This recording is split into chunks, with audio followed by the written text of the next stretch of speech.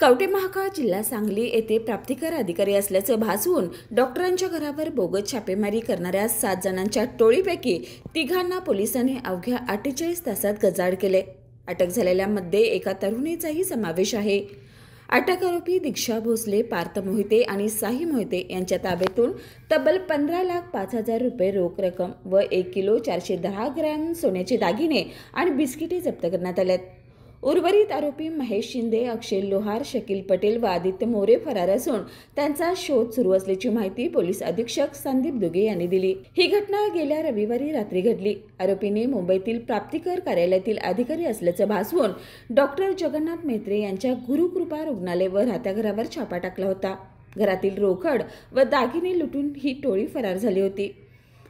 पोलिसांनी 48 तासाच्या आत या प्रकरणाचा छडा लावून मोठं यश संपादन केलंय।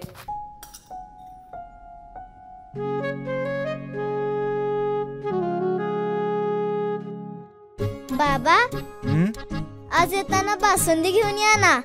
अगं, कालच आपण आईचा वाढदिवस होता म्हणून आणली होती ना।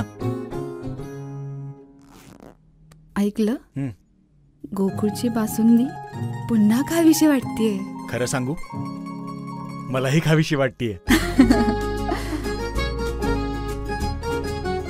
पुन्हा पुन्हा खावीशी वाटणारी गोकुळ बासुंदी।